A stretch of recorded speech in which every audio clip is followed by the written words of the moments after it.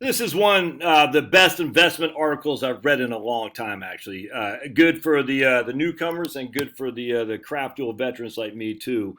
From Cullen Roche from 2013. I wonder if they're still doing stuff here. The biggest myths in investing. I just a lot of great stuff in here.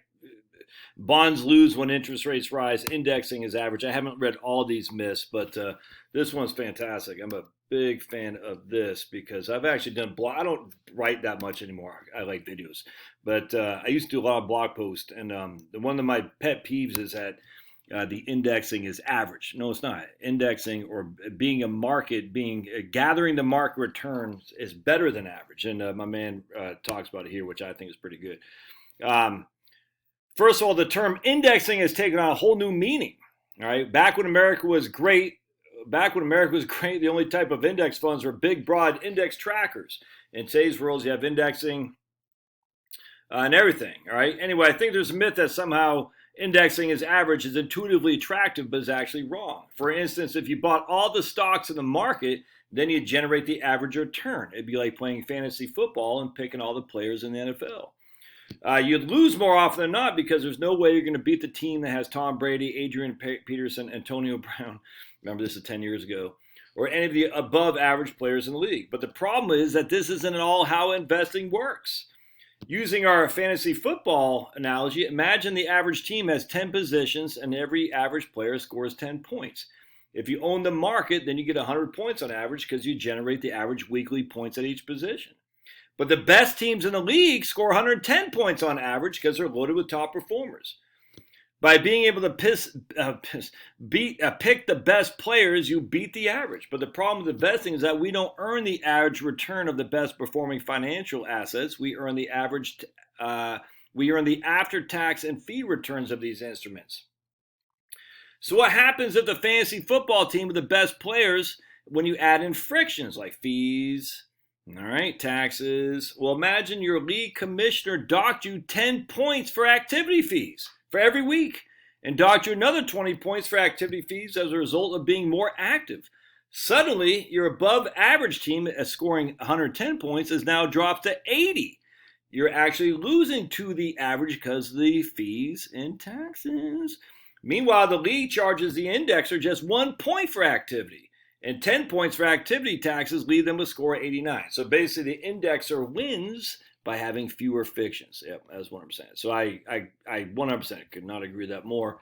That's a great, great article. I love the thing on bonds here, too. Bonds lose value if interest rates rise because he has a good visual here. I don't know who this guy is. Big fan of Cullen. Hope he's still around, man.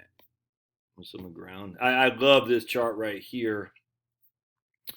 Right here, 7-year constant maturity bonds. So basically, what he says is, right here, you can see the duration risk gets actually not only does it go lower the closer you are to maturity, the higher it goes in terms of the more positive it becomes, if that makes sense. So what happened here is if interest rates go up 1% for the next 15 years, you're initially going to have a huge drop in your price of your bonds that you currently own to this day. But then it'll start going up pretty, I don't want to say exponentially, but pretty significantly as you get closer and closer to maturity. It's a great, great chart there. I love it. So what's happening here is, frankly, as you get closer to maturity, the duration is going to work for you because you're going to get quicker and quicker returns to your par value of the bond, 100%. And he talks about that too.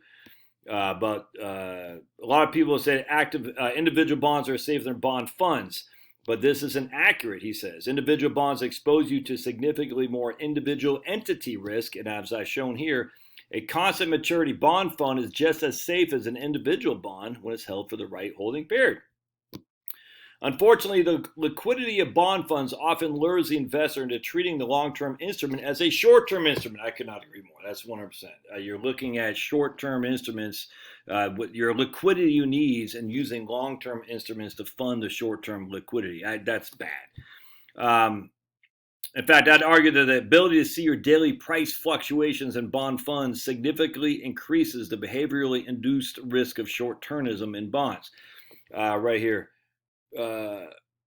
Some people might argue this is a good argument in favor of holding individual bonds, but I disagree and continue to argue that is not a flaw in bond funds, but as rather a misunderstanding that reflect an investor's goals. The individual bondholder will have to repurchase new individual bonds every year in order to maintain the same constant maturity portfolio.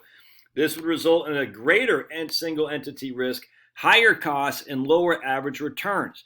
It should also be noted that a 7-year individual bond purchaser only holds a 7-year bond for a brief instant in time. After that, the bond becomes a 6-year, 5-year. I 100% it, man. I could not agree more with Colin here. Let's see what this guy's doing now. I haven't, hopefully still, hey, he's still out here. Right on, man.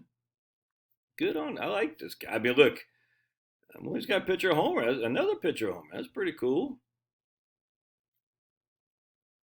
All right, good, man. All right, I'm a money multiplier myth. All right, good. The risk of deflation. Holy crap. My man Colin, the risk of deflation is now a greater risk than prolonged high inflation. Damn, this guy's a man for my heart. Good looking, too. If I went that direction, I'd say, Colin, I'm willing to experiment. This too shall pass. Right on, man. Good stuff. Hey, I'm a big fan. So read this guy's article, subscribe to his blog. I'm not sure if he's got a YouTube channel. Let's see. Does he say if he's got a YouTube channel? I hope so. Let's see. Contact us. About us. I write my predictions. My books? All right, let's take a look at his books. I can't see what that says. The best investment writing? Okay. Ooh, I'm going to read his research papers. Cool, man. All right, so I'm going to put a link to this guy's stuff. Big fan. He's in San Diego. I don't understand modern monetary system. Understanding modern portfolio construction, quantitative easing, hyperinflation is more than a monetary phenomenon. All duration, but okay. Anyway, oh, right there, 89,000 downloads. To 2 for all duration investing. All right, cool, man. Yeah, good stuff. So I'll put a link in the show notes and read his stuff. Thanks. See ya.